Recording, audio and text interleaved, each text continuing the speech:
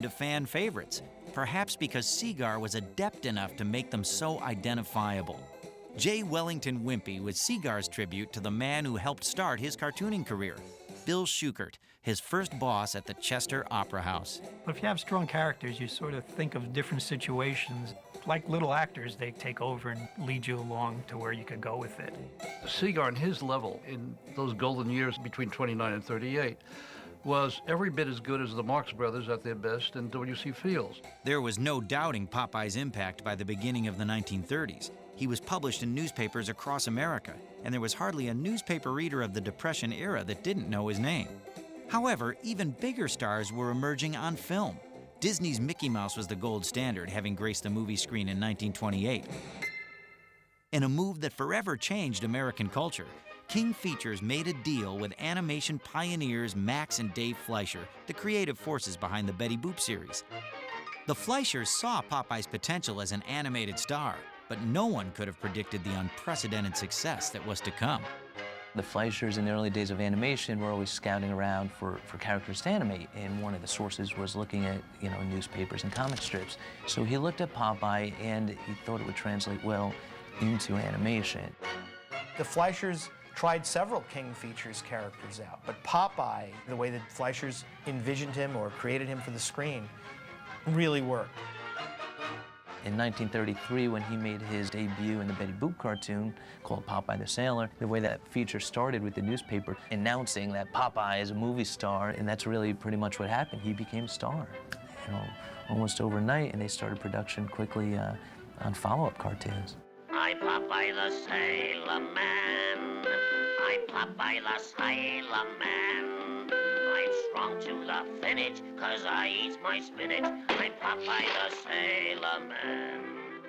Really, it's a Popeye cartoon. Betty Boop has a little cameo appearance in it. And it's the most simple plot that you can think of. Bluto kidnaps Olive Oyl, and Popeye must come to her rescue, and it just introduces us to all the main characters. The Fleischer studio got the Popeye format right from the very first cartoon. They set up the triangle between Popeye, Olive and Bluto that really became the template, the prototype, for everything that followed in 70-odd years of Popeye.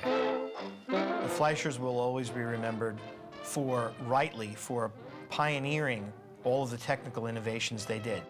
Three-dimensional backgrounds before Disney, the surrealism in their early cartoons, the first sound on film, all the technical innovations, they were ahead of the game.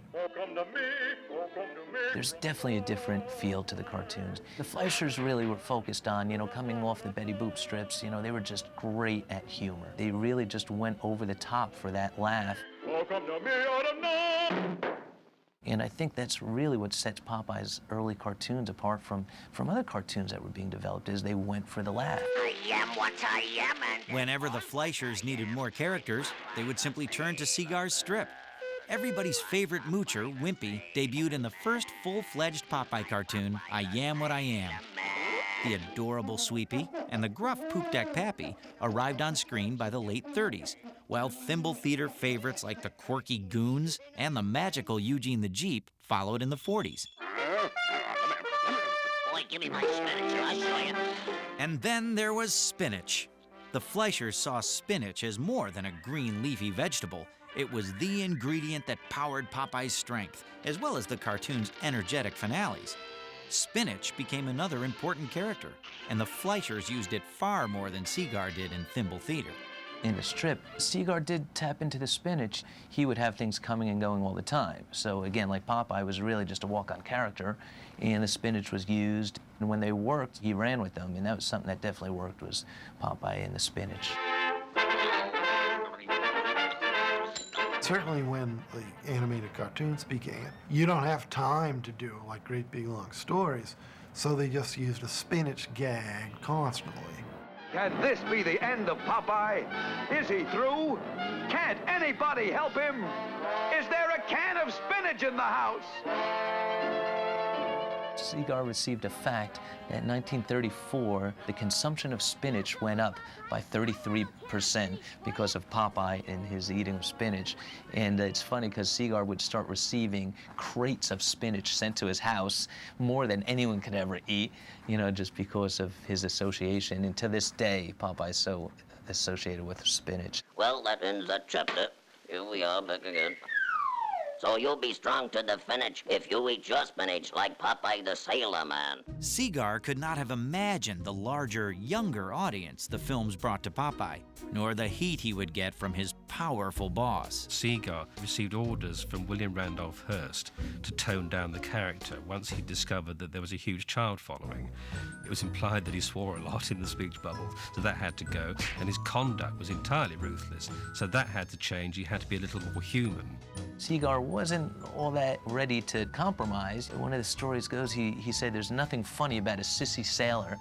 Seagar, incidentally, only created Pappy as an outlet for all of the nasty characteristics he'd had to remove from Popeye. So really, rather than father and son, it's Jekyll and Hyde. So hence Pappy's existence. In Popeye's case, he was still getting into fights, but it was all to champion the cause. And I think everyone was happy with that. And really, I think that helped make the character what he was and what he is today. Popeye's unparalleled success on the big screen was so immediate that even Walt Disney couldn't figure out how to topple him. Popeye was a bigger draw than Mickey Mouse was, and everybody knows how big Mickey was in the 30s. Quite a top seller. And Popeye actually sold more tickets. I think the thing people like about Popeye is there's no pretense about the guy, and he's not bothered by things. Popeye was the anti-hero. Popeye was an old man. He smoked. He had an eye closed from, I assume, fighting. That's why his name is Popeye. This was a gruff character. He didn't speak normal English. He spoke in Popeye-ese. That's all I can stand, 'cause I can't stand no more. Popeye was a product of the Depression. He was a product of the early 20th century immigration movement into the United States. And he really did, in that sense, represent the common man. You can tell a little bit of the Depression-era mindset because of where Popeye lives. He never lives in a big, beautiful house or anything. He lives in a little rooming house or a dilapidated apartment building, like in a Dream Walking, for instance. I told you I'm gonna save her. A lot of the cartoons are take charge, you know. Don't wait for somebody else to do it. They couldn't afford anything. They had to take charge and do everything themselves. And besides, we can't afford to pay anybody anyway.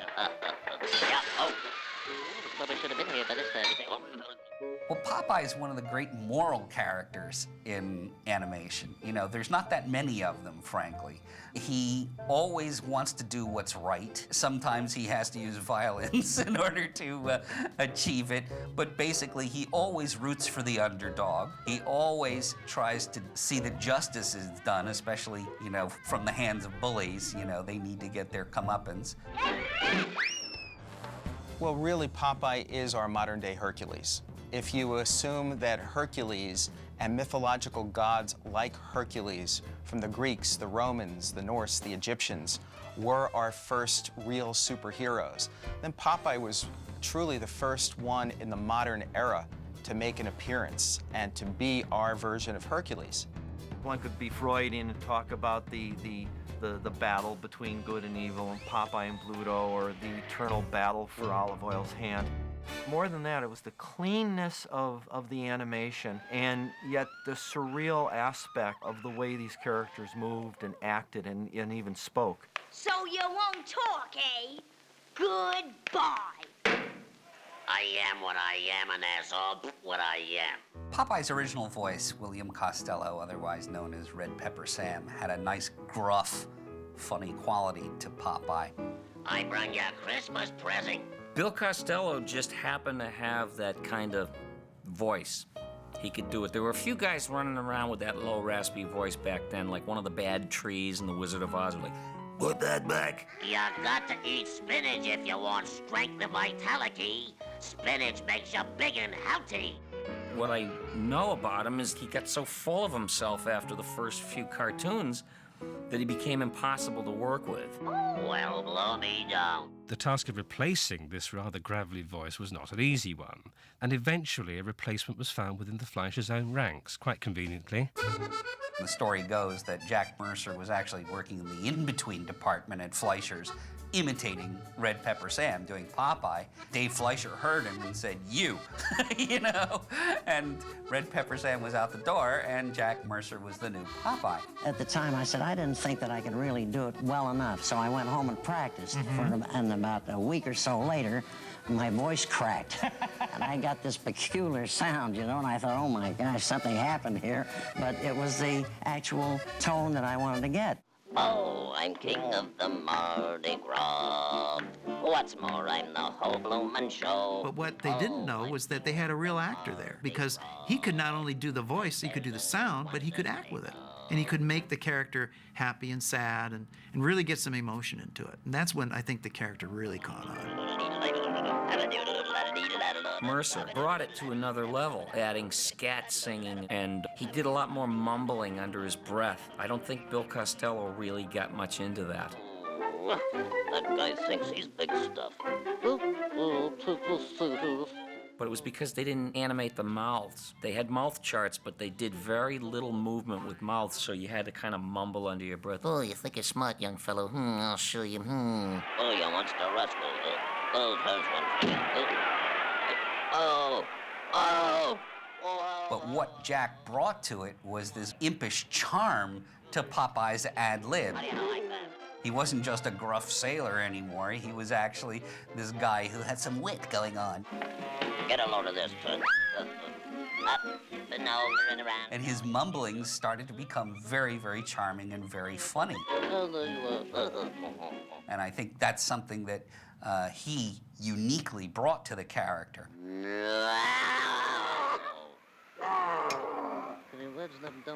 Jack Mercer did the voice for the whole rest of the time, except when he had to serve in World War II. But Mae Questel substituted for him in a couple of wartime cartoons. My troubles, 'cause I'm moving today. Mae Questel was brought in pretty early to do Olive Oyl. She was, of course, doing Betty Boop by this time. Completely different voice from Betty Boop, which shows you how versatile Mae Questel was. Man is big and strong, and oh, dear me, I hope he lets me ride along that. Olive Oyl is hilarious. I know Mae Questel based her on Zazu Pitts, the actress. I do believe you have a humorous twinkle. Well, keep it up, Connie, and your luck will turn. It's very, very funny to listen to. I'm crazy about strong men. She's very fickle. I think that's something that's very funny about her character. You know, she loves Popeye, but that doesn't stop her from going out on dates with Bluto. What kind of a joint is this, W? And what can I do for you, good people? You can't do anything for me. I want this to become a gentleman, like you. There were several early Bluto voices, but the one that stuck was an actor named Gus Wicke. He's that great Bluto voice of the 30s that we all love. Well, guess I'll dig up a little business around here. When the Fleischers moved to Miami in the late 30s, I guess Wicke didn't want to come, and he's no longer in any of the cartoons from that point on. And they used various other people to do Bluto, including, I believe, Mercer and Questel. Later on, when the studio moved back to New York City, Jackson Beck became Bluto for the rest of the run. All brawn and no brain, that's me. Now watch me in action. Jackson Beck's the narrator on Superman, and he was the voice of a generation, really, throughout World War II on radio. Every little breeze seemed to whisper. I loved him. I worked with him. And boy, was he something. Mighty Lion. The Fleischers understood the importance of sound to the series' success. They realized that although the talented performances brought the characters to life, a strong theme song could herald a star and remind audiences that Popeye was on his way. Popeye's theme can be divided into basically two parts. There's the sailor's hornpipe, which is actually an 18th century tune, at least. It can probably be dated back further. It's sort of a sea shanty traditional tune that's been around. Then there's the Popeye the Sailor Man part of the tune, which was written by Sammy Lerner for Popeye's first starring role in Popeye the Sailor. Though most of the Popeye music was written by Winston Sharples and Sammy Timberg, it was Sammy Lerner who took advantage of a seemingly innocent opportunity. My father wrote the theme for Betty Boop, and he wrote the theme for Superman. But when the theme to Popeye was to be written, my father had a date. So he got Sammy Lerner to write the theme for him. So he didn't write the theme to Popeye, which is too bad. He's really one of the only cartoon characters who has his own theme. Carl Stalling at Disney and Warner's didn't like using themes. Scott Bradley at MGM very seldom used themes and phased them out almost altogether by the end of his career. Popeye, on the other hand, we can immediately identify who he is when we hear just a little bit of that music. And so every time he does something that's in his character, that is, eat spinach, we hear his theme. And so it becomes a musical kind of bookmark. We know when he's doing his thing. The rest of the music was a toe-tapping mix of sunny show tunes and music of the street. Being located in Manhattan, the Fleischers were really well placed for any popular music that was happening in the 20s and in the 30s, not just because everyone came to New York to perform, but also because the music publishing industry was based in Lower Manhattan, that being Tin Pan Alley.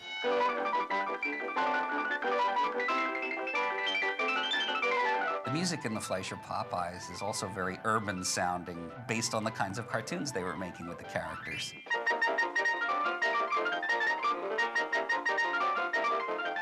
You know, the Fleischers were big fans of jazz, and it really reflected that crazy New York feeling of, you know, these musicians and artists that were working in the city at the time. They would approach these guys, and for the most part, they really loved being involved in the cartoons, providing the tracks and seeing the end result. That was a kick for them. If we were to say that the Fleischers had a musical legacy, one would definitely be the prominent use of jazz and very contemporary popular music in a way that highlighted how much people liked that music and how fascinating they thought it was. Because the Fleischers released their cartoons through Paramount, they had free use of the Paramount Music Library, including hit songs that would be introduced in Paramount feature films. So they would take advantage of that. In fact, there are some cartoons like It's the Natural Thing to Do, which is a pretty funny one, that takes its title from the song. It's the natural thing to do. Then they had their own songwriters, their sort of staff songwriters, who came up with these perfect little songs. Can't go wrong. Brotherly Love, which is one of my favorites, and I Want to Be a Lifeguard. Lifeguard with $1 million. So simple and so straightforward, but they're irresistible. If I were president, there'd be at least 10 months. I love the music in those cartoons, especially when they would hire really good songwriters, which they did occasionally, and they're very catchy tunes. It's hard to put into words the appeal of those songs, but you hear them and you smile. As they were heading into World War II, the music got more fully orchestrated, more lush, and more patriotic. I think one of the reasons they used a lot of those tunes is because they're free, and there's nothing better to a production which probably doesn't have that much money than music that isn't going to cost them a lot. Popeye's acts of heroism were originally confined to tales of gentlemanly duty and honor for his leading lady. That is, until the U.S. entered World War II in 1941. In The Mighty Navy, a more patriotic Popeye finally found himself returning to the high seas in an attempt to defend world freedom. For a sailor, Popeye spends very little time on ships or boats in these cartoons until the 40s with the coming of the war. And that's when they realized they had to put that sailor notion to work. And they had to make the cartoons more relevant to the times. Cut out the fooling and aim that gun! Aye, sir. Popeye, he was the sad sack, the private, always having to do all the work and always getting all the blame. So Popeye became the downtrodden, just the ordinary naval seaman, you know, working on board ship, and usually getting everything wrong. It's a fine way to treat a sailor with my experience. They didn't want to make fun of war, certainly, but they wanted to show him in action, and they did. Frankenstein, 'cause I can't stand no more. Give me that pea shooter. There's some now rather embarrassing but interesting cartoons that were made as we went to war. Embarrassing because they featured what we consider today pretty horrendous stereotypes. At the time, we were simply disenfranchising the enemy, getting rid of Hitler or a battleship full of Japanese sailors, demonizing the enemy. But Popeye became a war hero. While Popeye was off fighting for freedom against the Axis enemies, Max and Dave Fleischer found themselves at odds with Paramount over the control of their animation studio. In the end, they lost their battle, and Paramount took over their company. Renamed Famous Studios, many of the same animators would continue to produce Popeye cartoons, but the loss of the Fleischer touch was evident. When Famous Studios took over and they brought the operation back to New York City, the cartoons changed in a few ways. One was they went to color full-time, beautiful Technicolor. During the 1940s, the production values remained pretty high. The gag sense and the story sense sort of fell into a little bit of a rut. Now be a nice pooch and give Popeye a smooch. I think as Famous Studios took over the Popeye cartoons, they started to become blander. They already had started to become more streamlined, in the war years, and then the post-war years, they started to become suburban, Olive Oil's living in a suburban house. They're not in the city anymore. The animation is very smooth, but it's not very exciting a lot of the time. Even though it's many of the same artists, just somehow the edge was taken off of it, and so the stuff just became a little smoother and a little less interesting. For a while, the guys were really trying to maintain the quality, but as budgets get cut and staff gets cut, although they still had to turn out the same amount of cartoons, as in all of the studio cartoons, even Disney, by the mid-50s, everybody was either closing their shop or thinking very seriously about closing their shop. And the Famous Studio by that time fell into that. In August 1957, an era came to a close. After a quarter century of delighting movie theater audiences, the curtain call was announced and Popeye's film career was over. But just as he and Olive were about to sail off into the sunset, the rise of television would help bring the sturdy sailor directly into the homes of a new generation. Popeye had been a big star for Paramount for 2 decades, 3 decades. They knew that those cartoons were a little more special than the other cartoons they had produced during that time. So they held all the Popeye cartoons separately. The original contract that Max signed with King Features said that after 10 years after the last Popeye cartoon in the contract was made, Max Fleischer and Paramount were supposed to agree to destroy all negatives, all prints, and so forth. Well, in 1941, somebody said, hey, wait a minute, they saw television coming, because television was already introduced at the New York World's Fair in the 30s. So they thought, well, it's going to come in after the war, so we better not destroy all these films. They may come in handy. Paramount sold them to the biggest TV distributor at the time, which was Associated Artists Productions, AAP. And Popeye became almost an overnight sensation in 1958-59 when they finally put them back on TV. Most cities of any size at that time, well, there was something they finally referred to as an uncle show. And it would be the local weatherman or some host who would do a kids show, and usually in the afternoon after school, 3:30, 4 o'clock in the afternoon.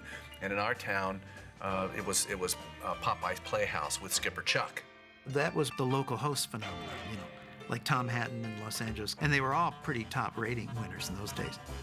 Every day from 6 to 6:30, I would sit in front of the TV watching Channel 9 in Detroit, Michigan, watching Captain Jolly introduce 3 Popeye cartoons every day, 7 days a week. And I don't think I budged from that TV for about 5 years. In this last black and white adventure, I want you to meet one of my very favorite supporting characters. I first saw Popeye on Channel 5, KTLA Los Angeles, every afternoon, Monday through Friday, when Tom Hatton would show Popeye cartoons and teach kids how to draw Popeye in between them. And I would sit there with my little pad, and I learned how to draw Popeye just like Tom Hatton, and I still draw Popeye pretty much the same way today. We had to have a gimmick, and so they said, what would yours be? And I said, well, I can sketch a little bit. So they said, fine. And then we decided to have kids on the show, and each kid got his own sketch pad. And of course, the cartoons are the star. Those Fleischer Brothers cartoons are so wonderful. Package for Mr. Popeye. Sign here. It was a new lease on life. Suddenly, the kids wanted Popeye toys. The kids really, really loved Popeye. And there hadn't been a Popeye mania like this since the 30s, really. It was outrageous. Suddenly there was a lot of new merchandise. King Features, who owned the rights to the character of Popeye, the comic strip, said, holy moly, we need to cash in on this. They commissioned a whole series of new 5-minute Popeye cartoons for television, and they distributed those in 1960, 1961. Because of the sophisticated approach and quality of production, it took both the Fleischers and Famous Studios 25 years to make 231 Popeye cartoons. King Features took on the impossible task of producing nearly the same number in less than 2 years. The King Features cartoons that they made for TV in the early 60s really are what you would call limited animation. They really didn't spend a lot of money on them. They farmed them out to a variety of studios. Some were done by Larry Harmon, who did Bozo the Clown. Some were done by ex-Disney guys like Jack Kinney. So the styles ranged even within that series. Some of them are done by the old Paramount Studio people. Some of them are done by Gene Deitch in Czechoslovakia. I don't think they ever were quite, Gene and my father were quite satisfied with the Popeyes. They never quite looked as good as some of the real classic Popeyes. The budgets were really tiny, which is why they went to Prague in the first place. The animation didn't have the fluidity and the believability and the charm that the original Fleischer cartoons did. They stylized down the characters, which is okay.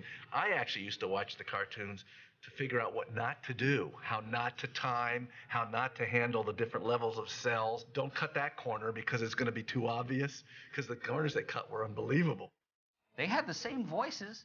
They had, you know, Jack Mercer and Mae Questel and Jackson Beck, but it's just a question of economics. You know, when you don't have enough money to spend to make it look and sound right, you know, those are the results. And those were done very, very quickly. What I do find interesting, though, is that there are some Seagar fans who actually get more out of them than they do the Fleischer or Famous films, because they like the fact that more of the characters from the newspaper strip can be seen in these. You get the Sea Hag, for example, who you wouldn't see in a Fleischer cartoon.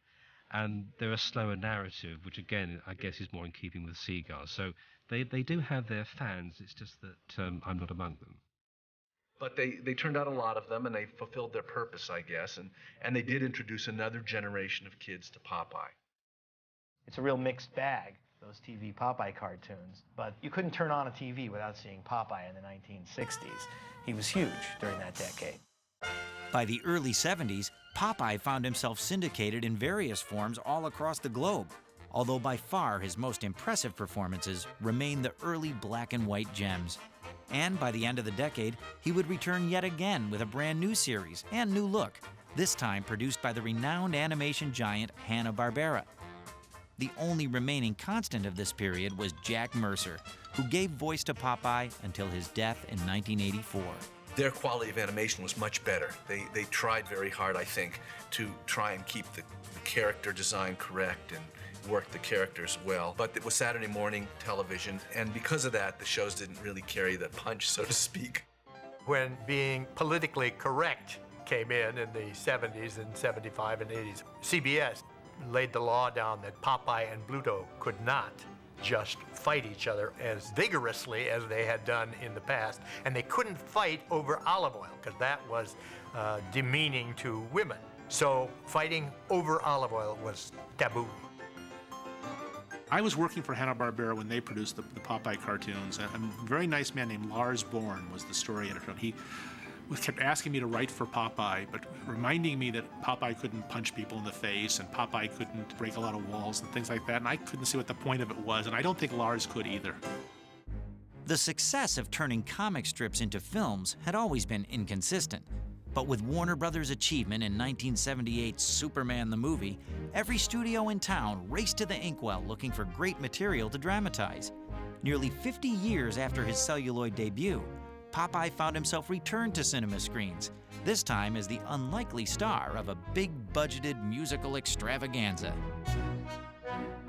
At the time, expectations were pretty high, and wondering what this was going to be about, and being a musical on top of it. The movie was the debut film of rising comedian Robin Williams as the muscle-bound sailor, and Shelley Duvall was a picture-perfect incarnation of Olive Oyl. Producer Robert Evans hired Robert Altman to direct the film.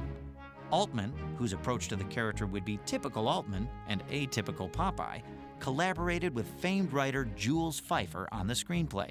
I said, which Popeye do you want, Seagars or Paramount? He says, any Popeye you want to write, I want to make.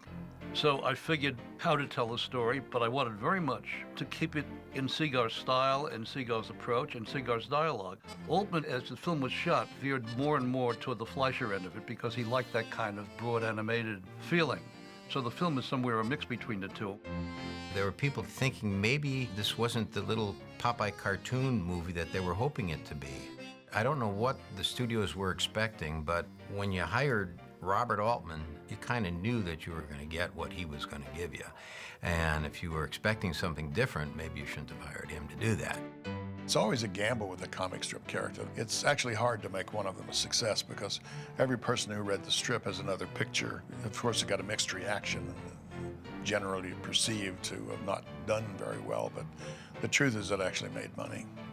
It's just, I don't know, the industry is expecting something different or something. Popeye's film career had come to an end again. However, Popeye cartoons continued to be rerun throughout the early 80s. Eventually, Popeye married Olive Oyl and started a family in the new series Popeye and Son. He also remained popular in comic books and newspaper strips, many of which were written and drawn by the hand of Seagar's only assistant, Bud Sagendorf. The creator's assistant, Seagar, he was his assistant as a 14-year-old, and he took over the strip eventually. Seagar taught him how to draw as close to his style as possible. Sagendorf managed to take the Seagar Popeye of the strips and the Fleischer/Paramount Popeye of the cartoons and kind of merge them together into something that worked in both venues.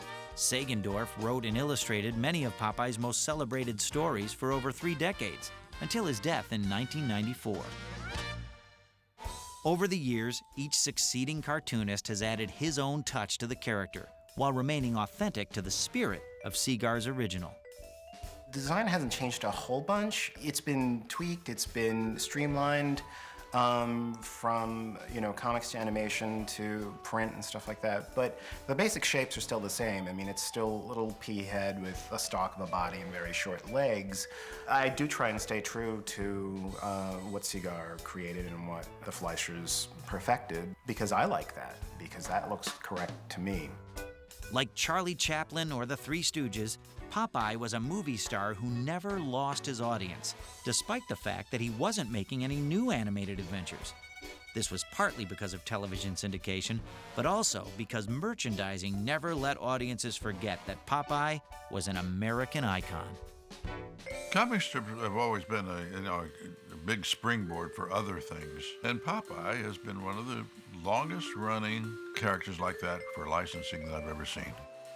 He's been very successful in the world of endorsements. In the licensing world, you want to invest in a character that you know has staying power. And someone that's stayed around for about 70 years he's got a pretty good track record with the people.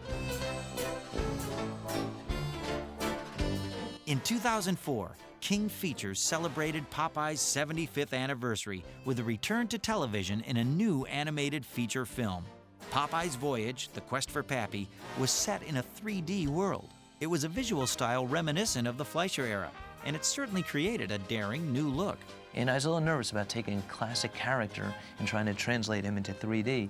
We reached back to the early Fleischers saying, why don't we start at the beginning and really try to pop him out and make him look like the classic animation that introduced Popeye. As an artist, if you don't allow the character to grow, we would have never left the Seagar days. It would have stayed pretty much as a strip, and that would have been that. We would have never grown into the Fleischers, which never would have grown to the Paramount, and so on. I think the reason people still love Popeye is he still represents the common man. He represents the underdog. Maybe it's got something to do with the fact that people like the idea of somebody who can fight back, who can stand up for himself, who's there for what's right. He's a little man as hero for the ages. You just wonder how many cartoons that are being created today will be around 70 years from now. You know, I don't know. You know, how many actors from the 30s could we name? Yet you say, well, Blow Me Down or Who Eats Spinach, and everybody knows it's Popeye. With a changing American culture, the comics and cartoons need to reflect what is happening in today's world. And I think that there's always going to be a place for Popeye. There's always going to be a place for a guy with super strength who wants to do good, who's uncorruptible, who's in love and is willing to fight for the woman he loves. Popeye will endure no matter what the new generations bring. Since Popeye sneaked into the pages of Thimble Theater back in 1929, he has remained one of the most beloved heroes our country has ever produced. Whether it be the Depression, a world war, decades of heartbreak over the same woman, or even the entertainment industry itself, Popeye has stood tall and proud throughout it all, never wavering, never forgetting his humble roots, and never forgetting who he is. And just who is Popeye? He's a superstar. But if you ask him, he'll probably tell you something else. I am what I am, and that's all what I am. I'm Popeye the Sailor Man.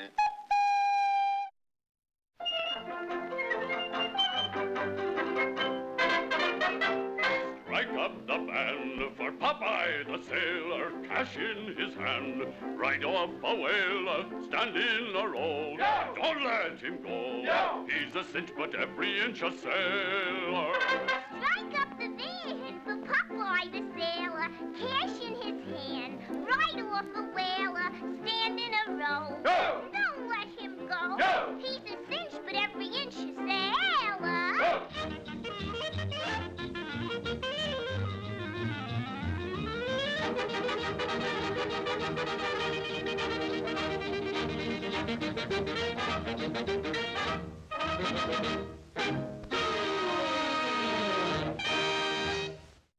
Yuck, yuck, yuck, yuck, yuck, yuck.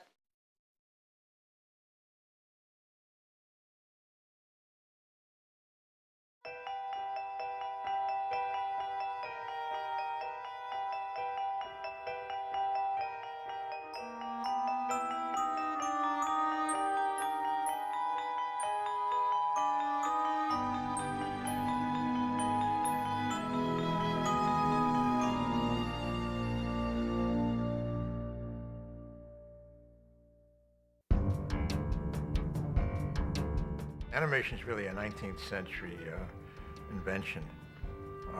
Movies are also, and we look today at electronics, but everything then was gears and sprocket holes, and it was very mechanical. Things you could fix with a screwdriver. The first real animation device came out of Belgium. It was a phenakistoscope. It was a disc with slits on the side and a series of pictures running around the disc, and you spun it and you can hold it up to a mirror.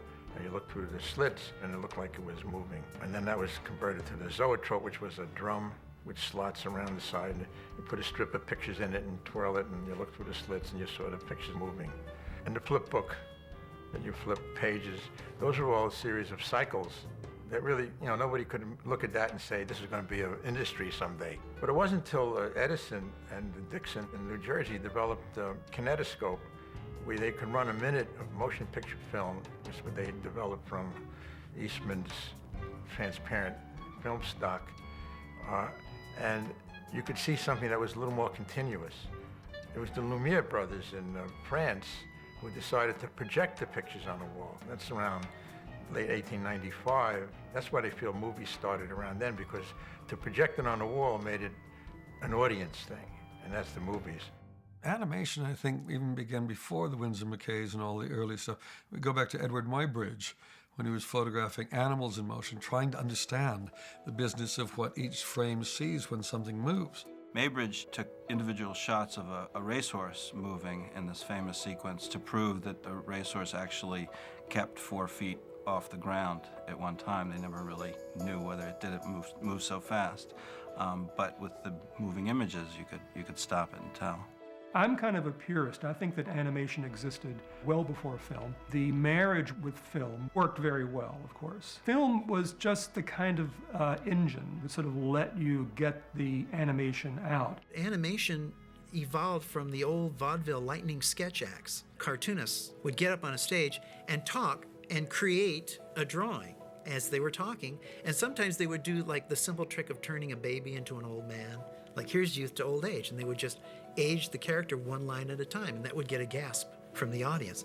You know, the more you look at ancient stuff, it seems really dowdy and really rooted in the vaudeville and minstrel shows, and it's full of really vulgar humor and racist and things that really make you kind of uncomfortable. Anti-Semitic jokes and stuff like that. But it reminds you that animation had its origins in a really rough and tumble world where you had to get a laugh or you were out of there. Well, probably the best known early animator is J. Stuart Blackton, and he worked for his own company, Vitagraph, and did these short films as just a kind of lark, it seems. Blackton, who was working in 1906, came up with the idea of one crank, one frame. One crank, one frame. And he made a picture called Humorous Phases of Funny Faces, which is just drawn on a chalkboard. Again, it's the lightning sketch, but his hand isn't there. And it appears that the drawing's drawing itself because it was added one frame at a time. And that was the first time anybody had put a drawing itself on film. That film had a tremendous influence on everybody after that. Everybody was doing a modification of that idea in some way or another. Characters drawing themselves, interacting with live action, all that kind of stuff. All came from Blackton's film. And one of the people who was a specialist in the lightning sketch act was Winsor McCay. McCay was an all-around popular entertainer, but primarily he was a cartoonist for the Hearst newspapers. And he had an arrangement that would let him go on the vaudeville stage once in a while and present lightning sketch acts. Winsor McCay really popularized animation, was the first one to do that. He's called the father of American animation, inspired a whole generation. But he was a showman. He was a vaudeville performer before he even got into animation, vaudeville performer and a comic strip artist, so he combined those two things. As a vaudeville performer, he appeared on the bill with W.C. Fields and Harry Houdini and Will Rogers. Winsor McCay was a master draftsman and artist, and no one, I think I can say safely, no one has ever approached what he did on a newspaper page. When you look at the original Little Nemo and Slumberland cartoons, which filled a gigantic newspaper page, his imagination as well as his skill at rendering these drawings are just mind-blowing. He was a bona fide genius. He started doing animation as a kind of experiment and a novelty. That's how he saw it. He saw it as an extension of what he was doing for newspapers, not as a career. McCay's first film was an adaptation of his comic strip, Little Nemo and Slumberland. It was called Little Nemo. It was made in 1911.